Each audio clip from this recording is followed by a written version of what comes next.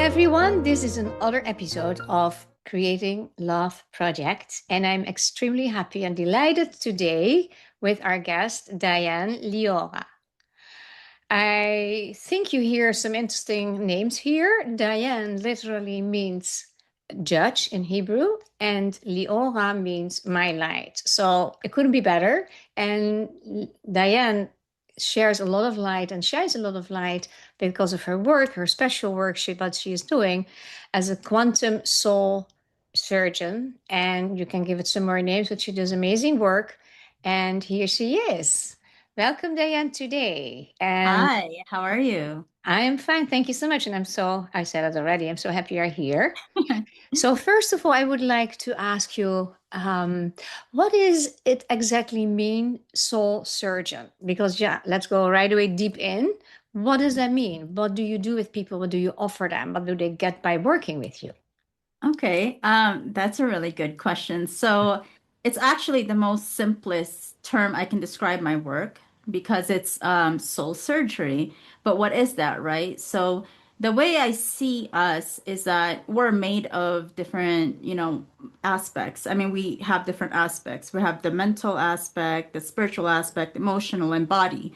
And so what a soul surgery does is we go through these different layers to look for discordant energies or dissonance or fractures and clear them so that when we're free of these energies, we become our true selves, who we really were meant to be on this planet. And Yeah. so, yeah, we get inundated with, social and cultural, environmental programming and institutional programming, but that's just, the very surface. But our DNA holds so much of what all of the information that's passed on from our ancestors and everything else that we picked up and all of our life lessons, traumas that we didn't address, that we didn't process, also stay behind. Yeah. So Oh, that's yeah. my role.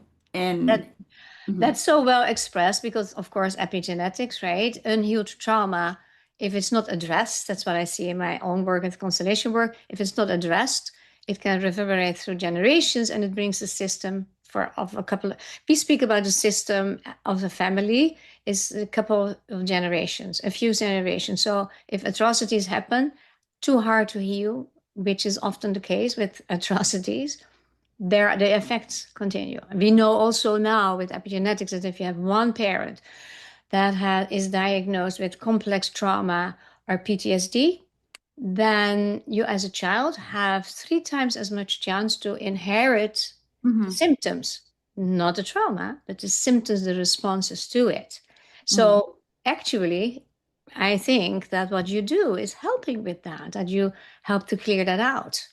Yeah, exactly. And it doesn't stop at the individual because, when we heal ourselves, when we heal these dissonant energies that we inherited or we even picked up in our own personal life and experiences, what happens is we become like conduits of like more pure energy, our pure beingness, and that ripples out into the collective. And that's why we see the world this way. Now there's so much distortion, there's so much imbalance and dissonance because that starts from within the Yeah. individuals. Yeah, exactly. And you are born American, right? You Mhm. have a. Oh no, I wasn't born in the States. Oh, where were you born? I didn't know that. I was born in the Philippines, but I grew Oh, up in America. So oh, that is it. And your father is indigenous, right? yeah, I would call him like an Austronesian type of Filipino. Like he's really, he comes from the f fishing villages. And they're very like close to the land, the earth. And that's still, even though he removed himself from that environment and also started working in the US, that never really left him. Whereas Hmm. my mother is a little bit more, the cosmopolitan type. She might have Spanish blood. Um, but it's for me like they look like a different contrast, like opposites attract, they say. But that's my lineage, so I take after my dad a lot. Like I even kind of look like him, so Yeah. Oh, wow. Yeah, yeah, yeah. I can see that. That's so interesting. I didn't know that. It is wonderful with all the all the melting pot in the world where people come from. And I didn't know you were originally from the Philippines. I thought you were kind of Native American kind of origin. Not that that matters, but it's also very interesting. That was my last past life. Okay, okay, let's go I, there. I was. I had a really deep dive with that past life, and it really showed up again in this life. And so that's why when people see me, I can go to Arizona or anywhere, and they think I'm Native American because I Yeah. just, yeah, I have that signature pretty Yeah. heavy in my I in see my voice. that. Yeah, I see that too. And now you live in Mexico and you do a lot in America as well.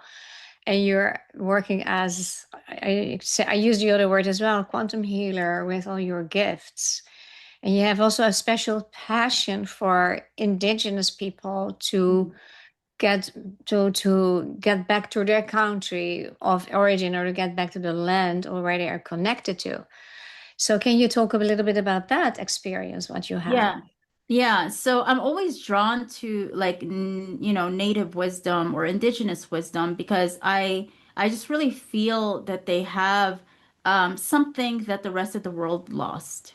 They have a connection with community. They have an understanding of the natural law, life cycles that isn't ideological or all of these like artificial, I call them artificial thoughts, like ideologies that people think is quote the right way or what have you. But I feel like when people are connected to the land, it's a whole and complete. And so I've been in many indigenous circles from like the Amazon to like the Native Americans and the Lakotas, for example, etc. And I observed and absorbed the way they do things and connect with each other. So I think that that's, why I speak a lot about indigenous wisdom and the stuff that we've lost, I think, as a society, because, in the end, we are all indigenous to this planet. It's just like some of these things are just more passed down in oral tradition and these kinds of traditions. I feel like, we've kind of lost with the advent of the technology and we're texting other people all the time, but we're not really truly connected, as indigenous people are who are more like far removed from that. Or it's not as important. So it's easier for them to connect. But I mean, I'm not saying it's perfect. There's a lot of distortions too with the indigenous cultures only because of the corruption that's happened around them and their pain that they haven't transmuted as well from all kinds of injustices. Yeah, So, yeah. If you say that, I have learned a lot about the residential schools and the scooping of the kids and the incredible cruelty committed to the First Nations in Canada, but also in America. I think in Canada it ended in 1994 and in America in 1978. mhm, I have deepened myself tremendously in it, and it's amazing what has been done intentionally to destroy people. But the destruction is even further than getting disconnected from your roots. It is mhm, like emotionally disconnect. If you are 4 years old and you were scooped from the street because you were Native American, and then you were put in a residential school, I somewhere have a picture that you see the teepees outside because the parents desperately followed them, and the schools were in the institution of the Catholic mhm. Church often. They parked outside their teepees and they wanted to get a glimpse of their kids. And you speak Oh, about wow. 3, 4, 5-year-old kids that they were scooped, not allowed to speak their language. And if they did, they were tortured like hell. I cannot say it differently. So what happened? They are also raised 18 years or 15 years, how long they were there, in such an institution, if they survived to begin with. And then they were there was no compassion, so you get like also the emotional disconnect, not even the disconnect of your culture, but also they lacked human education, humanistic education. So only violence was a communication thing. Well, go ahead, get children, you can fall in love, but if you cannot maintain a relationship, there's so much destruction. It's Mhm. just horrific. And that's why Yeah. I know about this country I mentioned, those areas. Then I think, like in Europe, what do we have about indigenous people? Not so much, actually. You have a bit the Celtics and the whatever, but there's not. Yeah, there was a little bit. I think like the Christmas tree is like a leftover from some, yeah, like I think the German Christian was maybe that's what they did. It's also a pagan habit that has been taken. The witches, the people that were doing all kinds of things that fits in indigenous perspectives, they were burned at the stake or drowned. The Yeah. Netherlands, there were villages in the Netherlands where there were no women anymore because they were tortured until they would confess, and then they took all the women. Can you imagine several villages in the Yeah. Middle Ages, no women? No, Yeah, there was definitely some kind of force, yeah, that came in and swooped up the planet at one point. It's still kind of happening, but and really like ripped people out from the connection of nature and yeah, the natural cycles, etc. yeah, One thing that I noticed with the indigenous communities, it's not, like the dress. This is beyond, the outer appearances. But the one thing that I've observed across indigenous cultures, in Asia, in South America, Central America, and North America, is that they heal as a community. They're still doing that. They still have that technology to be able to come together and talk out their problems, heal together. And I think that's the one missing element that we don't have anymore in these like modern societies where everyone's so disconnected. You don't know your neighbor, anymore. Whereas back then, you knew your neighbors, you knew their children. Their children would come into your house, and the village raised everybody. So that I feel like is an essential part of what the indigenous can offer again to the world to remember that, hey, like, we're part of the same tribe, and we need to to work at it together, whatever it is, whatever the issue is. that is so interesting. I totally agree with you. I have a daughter with the name Liora as well. And she says, Mom, I sleep differently when I sleep on a different floor or the first floor. She feels differently when she sleeps on the first floor, or Mm, begane grond in Dutch. So kind of funny how, yeah, it's also to be together with the earth. And yeah. if you are here, like in Miami or South Florida, there's so much stuff to against pesticide or for pesticides and all that, that you Mhm. ask kids not to play in the grass, that you ask not to touch the grass. Wow. It's all like dangerous things or the mosquitoes or the things. So you touched here upon a situation that being alienated from nature for kids, I think that's terrible too for their social development too. Playing Mhm. outdoors freely and doing all your silly children games that are so important to do for your Exactly. emotional growth. I look often at the things, how does it work emotionally, right? And yeah. I lived in a community in Boca, and that the people that lived around the corner, they took the car to bring this kid to the school bus, and it was maybe 100 yards. And it's like, why not? Why? And I was like, my kids needed to walk, of course, or they take their bikes. Like very Dutch habit, right? Or we were born on bikes. But they're like, how can you not? Why are you so late? And often, why would you not just enjoy to walk with your kids there or let them walk and whatever they do? So important. We are very alienated. Yeah, that is Alienated. terrible. Yeah. We've become aliens on our own planet, basically. Yeah. Yeah. That's a beautiful sentence. Not a nice sentence, not a Yeah. nice insight, but it's true. It's true. And danger is everywhere for a lot of people. Yeah, you see that in the high level of emotional problems also young people have today. They blame it easily on the pandemic, which I think no, that's not absolutely not the only Yeah. thing.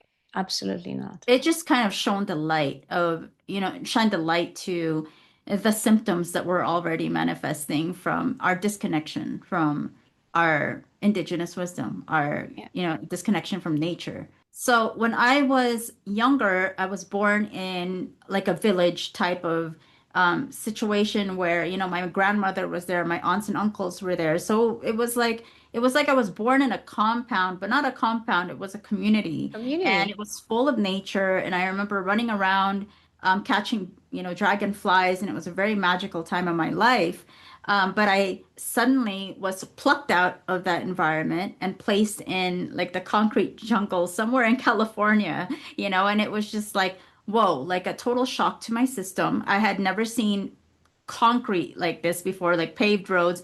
I threw up in the car from the airport because I've never ridden in a car before, and never used toilet paper, didn't know how to turn on the shower, but I adapted really quickly. But I remember it was as if, I became fragmented just from that experience because it was so shocking to my system. And Mhm. so, it wasn't until like years later, I ended up actually going into computer work, technology, which is like, the opposite Yeah.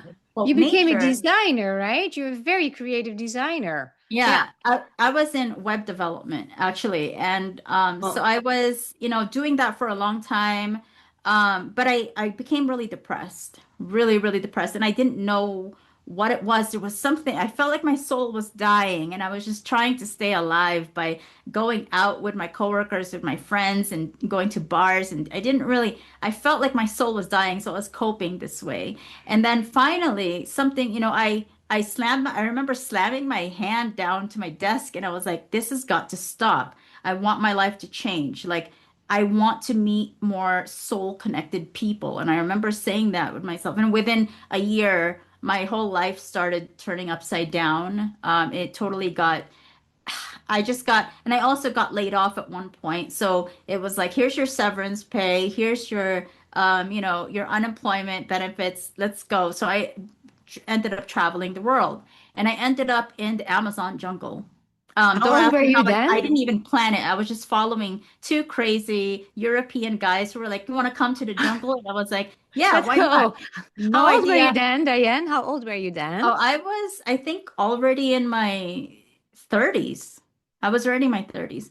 And so, but I went there and I didn't really know what to expect. And I was like, I lived there for like more than 7 months, probably in the jungle, like no minimal technology, but we had to chop our wood. We had to carry water. We had to do all of these like other things. But most of the time, we were just like really connected with people and the earth, and speaking to the indigenous there, and doing, partaking in indigenous rituals where they would sit and gather every single day to talk about the issues like within the communities. And so it was a really, what that did to me was what I call putting me back online, like online on the natural grid, because I had lost it. And it was, this like shocking, traumatic experience for me. But when I put myself back into the Amazon jungle and stayed there for a while, it really like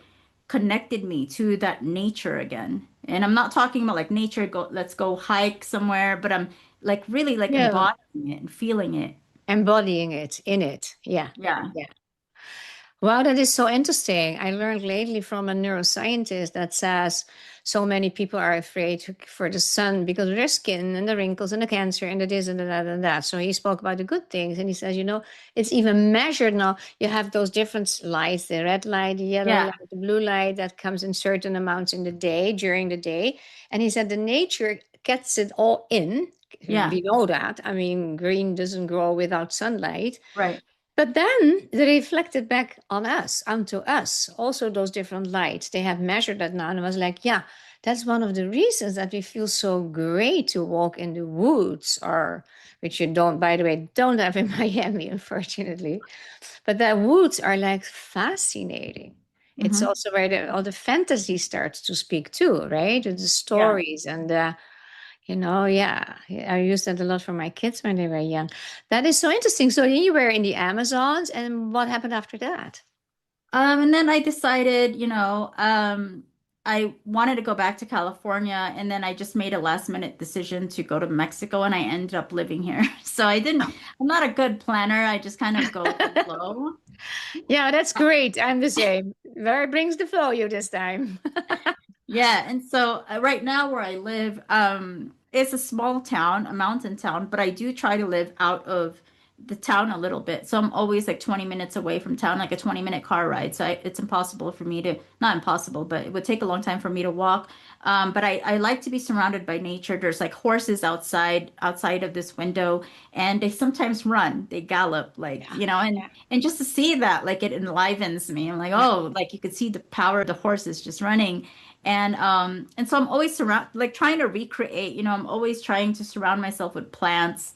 And also like I'm sitting on the ground, so I'm like close to the earth and all of this stuff. I mean, there are times I miss a chair, Yeah. I and see one there behind you. That's a nice yeah, one. it's a floor chair. Oh, that one Oh. is it. That one's a resting chair, but I do have a floor chair. Okay, Um, okay. so I try to recreate that, feeling, and I just feel right at home, like all my lights are yellow, and I do try to go out in the sun all the time. It's always cloudy here because it's a mountainous environment. Ah. But I always try to go out in the sun and get like the sun's rays. I don't actually put sunblock on when I'm out because I just don't like I just let the sun soak up in me.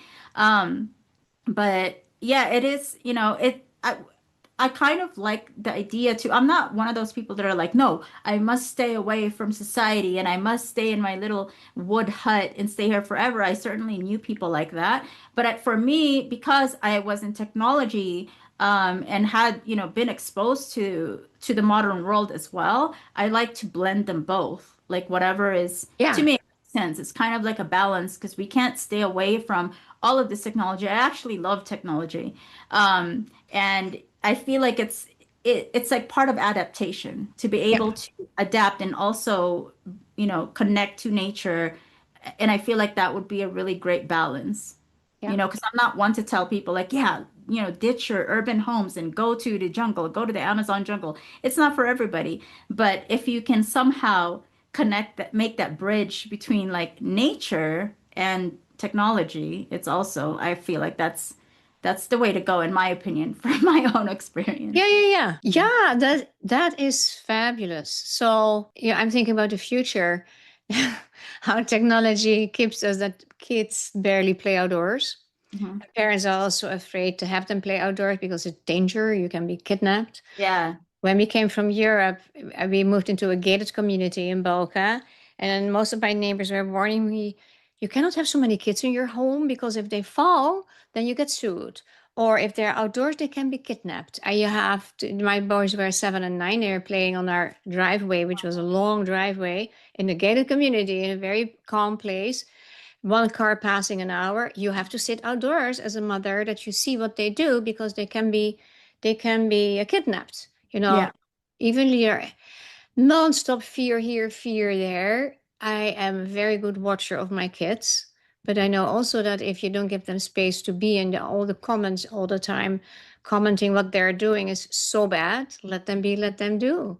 And yeah, they're now, so they have played like that. And I think we have to preserve that for kids, that they can be in nature and not so organized all the time. I sit on yeah, the back seat of the car and yeah, having only play dates, but that free play is almost lost, I would say, in the environment that I see here. And right, my sons have had that, and my daughter, of course, too. And they are very successful in developing their businesses. And I think, well, yeah, you need that independent thinking. You need to be able to make your own decisions and have that freedom. And right, if you speak about how you grew up in the Philippines, with the details you gave there, it's like, wow, that's such a different world. But it makes you in the same time also resourceful. hmm, And you do things, you're not complaining about everything you meet or see because that's it. You to make your resources is very good too. I sometimes tell my kids too, like, do you know how your grandparents were living in the Netherlands? They didn't have bathrooms. I mean, showers. They didn't have that. They had the yeah, kitchen and they were heating water once a week. People, 90% of those people, 2 generations back, that's how they took their bath once a week. Or if yeah, you have more money, exactly. yeah, all these crazy things. And then today it's so easy in so many ways. And then people complain if something is 15 minutes Yeah, late. So it is yeah, also so in the mind again, right? Be grateful for what you have and how can we make it better? That's how I always say it. yeah, So after that, you came to Mexico, and so you were a web designer, developer, right? I have seen mhm, your website. It's like fantastic for me. And so how did you go from A to B? What? I just, as much as it seems contrasting, what I was really meant to do was I was meant to be like a healer of sorts. I just didn't know it back then, but Mhm. I was, decoding bugs on the websites. And now I feel like I'm decoding bugs from people. I see it. Yeah, that's a So parallel. yeah, so I decode, like mind parasites, mind viruses, like subconscious programming, and then I go into their emotional body, and maybe they have an inner child fragment, maybe they have an entity, I don't know, whatever shows up. Um, they have other things. So this I apply what I knew in my old life, in my old job, into my new Yeah, job. yeah, So it's not so disconnected. And actually the knowledge of technology helps me because I learned how the human body works from knowing how to build computers. Like that's how I was able to connect the two. I'm like, oh, brain. Yeah, yeah. that is such a fabulous compare story in a way comparison. I will tell you my thing then. I became a concert flutist. I went to the conservatory and all that, and had a great musical career. But I wanted always to study psychology. But in the Netherlands, it's complicated if your parents don't pay for it. If you're in a Hmm. certain level, then you don't get a scholarship ever. There's no way. So my father said, "You're too sensitive for becoming a psychologist," because the way he saw me, and also because I grew up with a severely handicapped sister, a year older, who was autistic and never spoke a word. So of course that impacted me a lot. But my mission in life, it looks a little bit how you said, my mission in life is the feeling I want people to help people to be happier in their lives. Maybe Yeah. that came from my sister because she was crying so much and unhappy. Maybe that developed that in me. I don't know. But Mhm. anyway, so my father didn't want to pay for it, and there was no way how that works in the Netherlands to go to college because you Yeah. start day one medical school, law school, psychology school. So there's no overlap. So if you have that in the Wow. US, that's, I think, in the US much better. They changed it now probably too. I became a musician and I had a great concert life. I also did some teaching, and it was so focused on like, okay, I cannot help people to be happier then, but only temporarily. So if they gave a concert, um, then whatever they were moved, whatever, but it didn't really care. It didn't really care for the applause of all how they thought I was great or not great. It was somewhere like, oh, nice that you like it, but I play my heart out for you, and that's it. And that's like top performing. You have to practice every day, hours. Phew. So I was like, I saw a black hole. I was like, I want to help people be happier with music. It lifts them up temporarily, does not really make a change Mhm. for a long time. So then I started to study psychology, and you could do it part time then in the Netherlands, which was great. And then I escaped from that black hole of the future. I felt like I'm on the wrong path. And then people were like, "What? You make from your hobby, your profession, we are jealous of you." And they loved how I played what I did. It didn't bother me. It was like, so no, it's not what I say it a bit negatively, but in a way it's true. And then I became psychologist, and then I wasn't happy either because I realized with talking only about problems all the time and helping to find solutions, trauma healing was not so well established, and with talk therapy to begin with, I Mhm. wasn't happy either. And I was like, "Holy moly, you're already now done from this from A to B." Then I discovered constellation work, and I had also done hypnotherapy, but it was still not what I found. And I discovered the family constellation work with Bert Hellinger, and I was like blown away. After one workshop, this is what I want to do. This helps.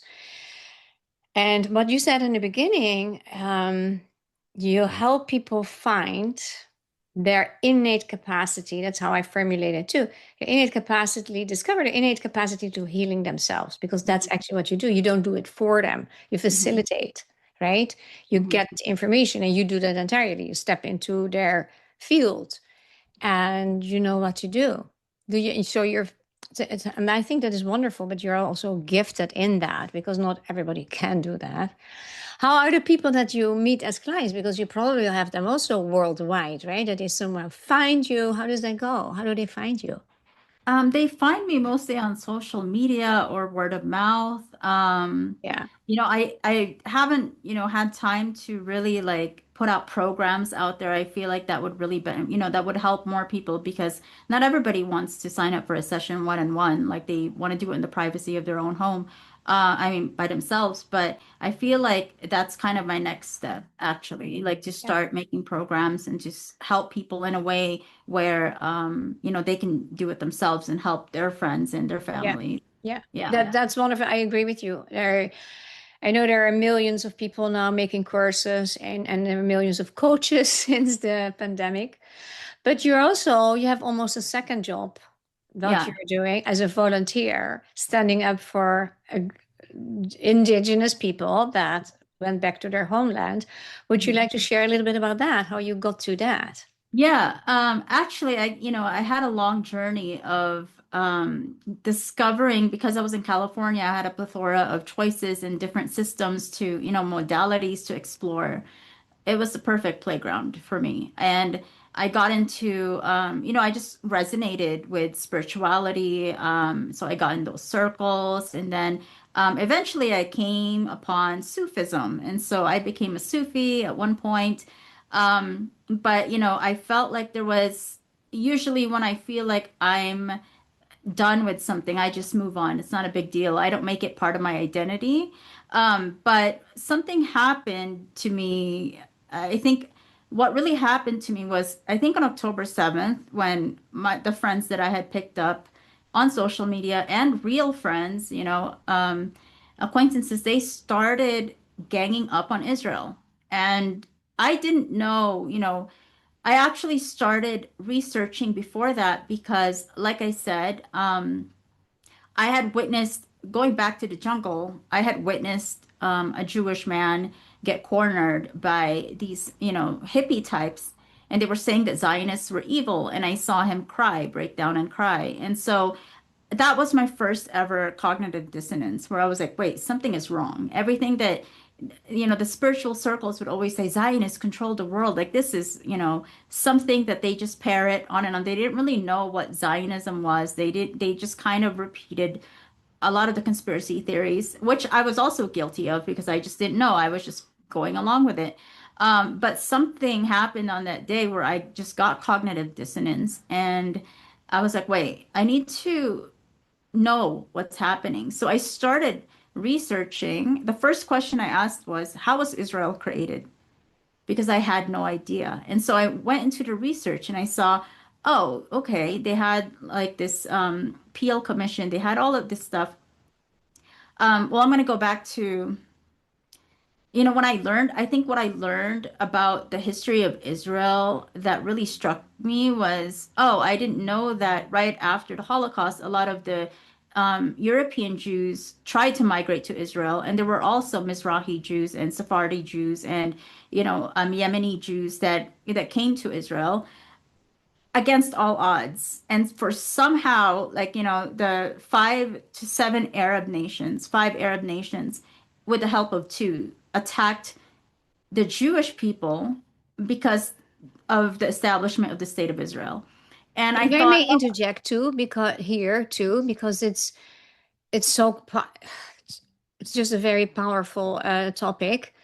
There were like 850,000 yeah, Jews kicked out of yeah, Arabic countries, yeah, and they could not take anything, not their possessions, not right. nothing, and people make it happen.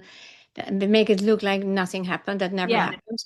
And the most of the Jews that, but what I think is very important, what people don't know now, we touch upon this, is that Zionism in the Jewish religion in Judaics is like is 3,000 years old. We always pray every year and many other prayers to go back to Zion. That's like the core of where Judaism more or less stems from. So that is one. So we that every day, next every Passover, we say next year in Jerusalem, right? So that's not an idle thing.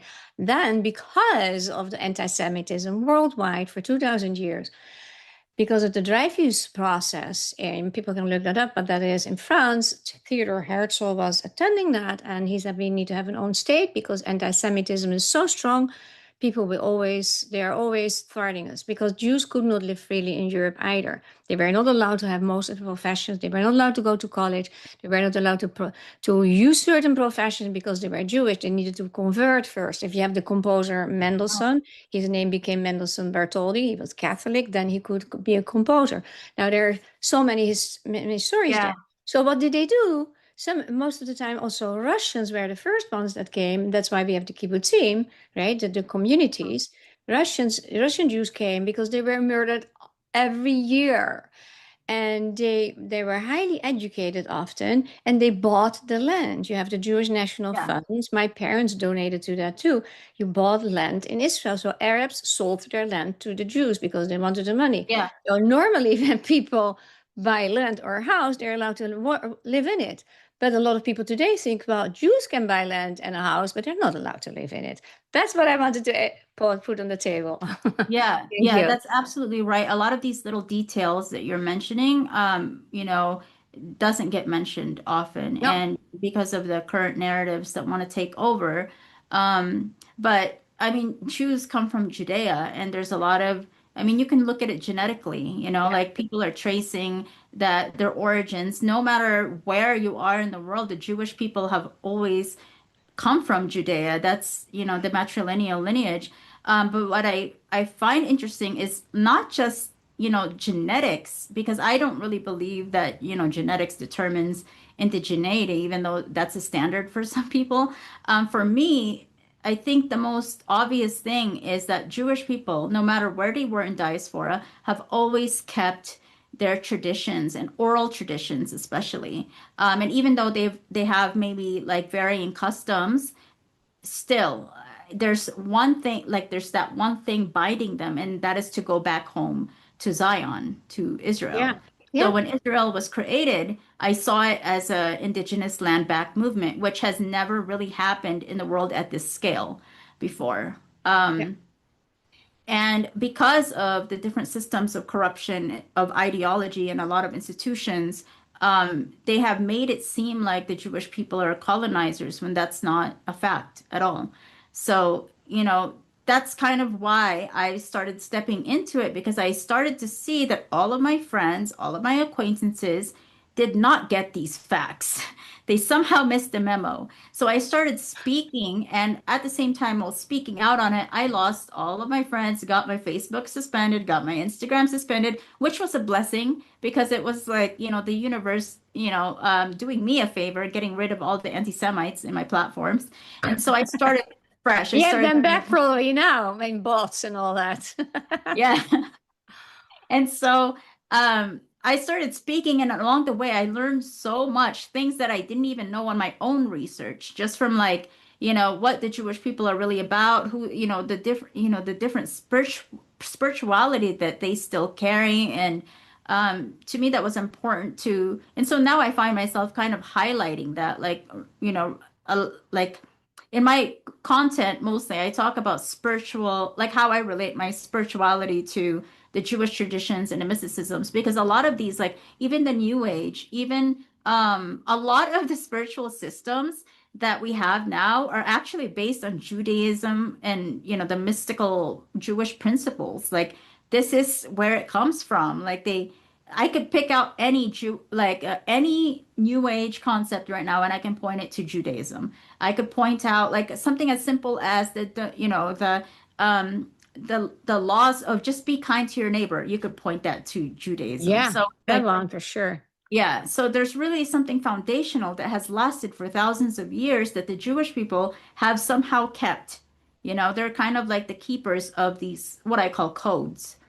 And so my job, my second job is, and I found it inadvertently, is just like, helping the Jewish people through whatever it is that they're going through right now, this thing that they're going through right now, another persecution period. And so I tell people, I'm like, oh, I feel like my second job is to help heal the Abrahamic lineage. But it sounds like a weird job, but it's true. All of my clients now are mostly Jewish. And, I helped them heal ancestral wounds. I helped them heal like mental distortions, but they're the ones that are receptive to this healing because what's playing out is the narcissistic empath dynamic. And the Jewish people, I see them as embodying like the empath. They're the ones who are like sensitive. They're the ones that are being really attacked around the world right now. And so the fact that they are coming for being receptive to healing tells me even more that they're the ones who are willing to like go and explore the shadows and see why they're attracting these things and the distortions. So it's been a wild ride. Yeah, absolutely. And it's interesting that you say that. And for me, it's touching to hear that from you, that you got all those insights. And I think that people even don't recognize Jewish names anymore today. If I see every university, every hospital has Jewish names of donations to Mhm. God, and there is so much given to the world by Jews. I mean, I don't want to brag about the Nobel Prize. It's not important, but there's such an intention of that being as a Jew to give to the world. And Right. not everybody, not every Jew does. I mean, we have also weirdos in our midst, right? They don't mention the name Epstein or Finkel, whatever. They don't want to say the ugly word now.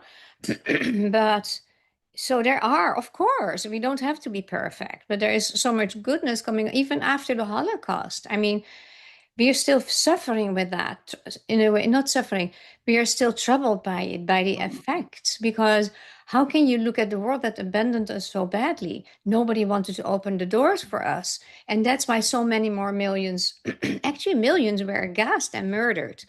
And Mm. even then there were always Jews in Palestine or in that area, in Judea too.